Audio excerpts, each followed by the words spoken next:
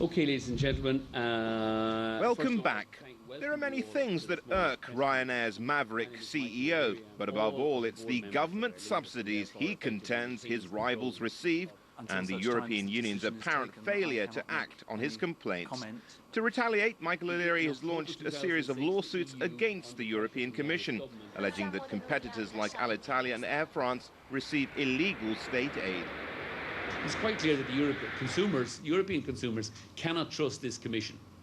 It's also quite clear that this Commission is biased against Ryanair. His target isn't the airlines themselves, but rather the EC, which has reprimanded Ryanair over its business practices at several airports across Europe. Some analysts say the litany of lawsuits are really nothing more than payback against the Commission, which has rejected Ryanair's bid to take over its rival, Aer Lingus, a decision O'Leary calls unjustified and unlawful.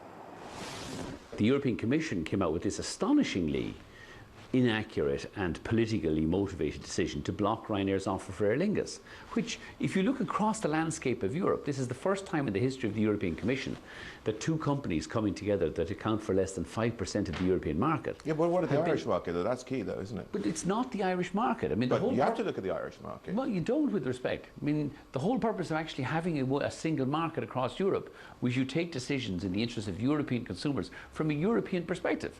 But from an Irish perspective, what you're doing is behaving just like Aer Lingus did and stamping out competition in your own home market. Absolutely not. I mean, we'd have no intention of stamping out competition. Our offer was quite clear. Aer Lingus and Ryanair will run separately.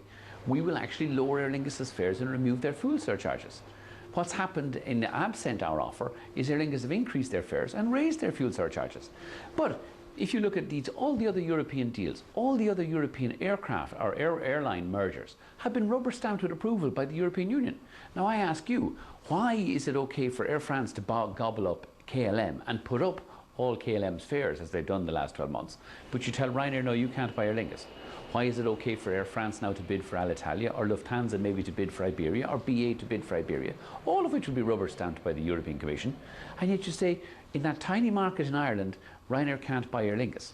The European airline industry is consolidated. But they're different countries. We're talking about within the nation states of the European Union. It's all right to have, well, you don't, sorry, look, either you sign up for the European Union, which is say you reduce the influence of the nation states and you say we have a single market. And I think we all accept that we benefit from having a single market. But then the same rules should apply. You can't simply say, right, Air France can buy up every domestic airline in France, which is what they've done the last number of years. Lufthansa pretty much the same in Germany.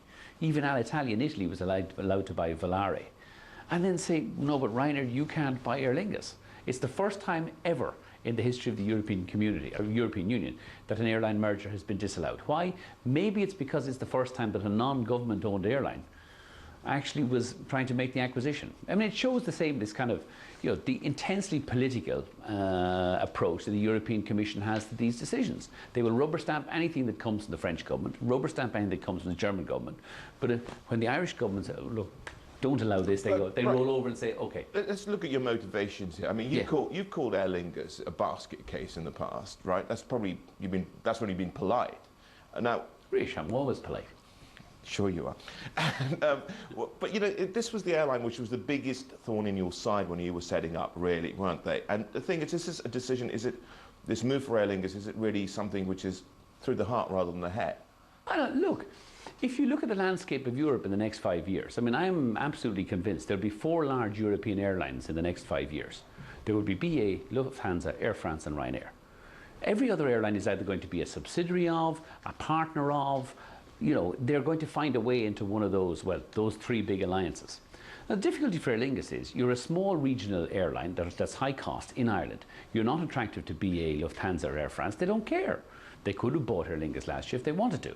So Aer Lingus needs to find a large partner in much the same way that the other mid-tier carriers, TAP, Olympic, will have to find larger partners. In Ireland, we have a partner for Aer Lingus. It's called Ryanair. We're financially strong. And we have a vision for Aer Lingus that will see Aer Lingus reducing its costs significantly, lowering its fares and growing its business. It won't reduce competition because the 2 airlines will be run separately anyway. What about your cash position? continues to be very healthy at the moment. I think it's just over 2 billion, and that's having completed our share buyback. We did a 300 million share buyback this year.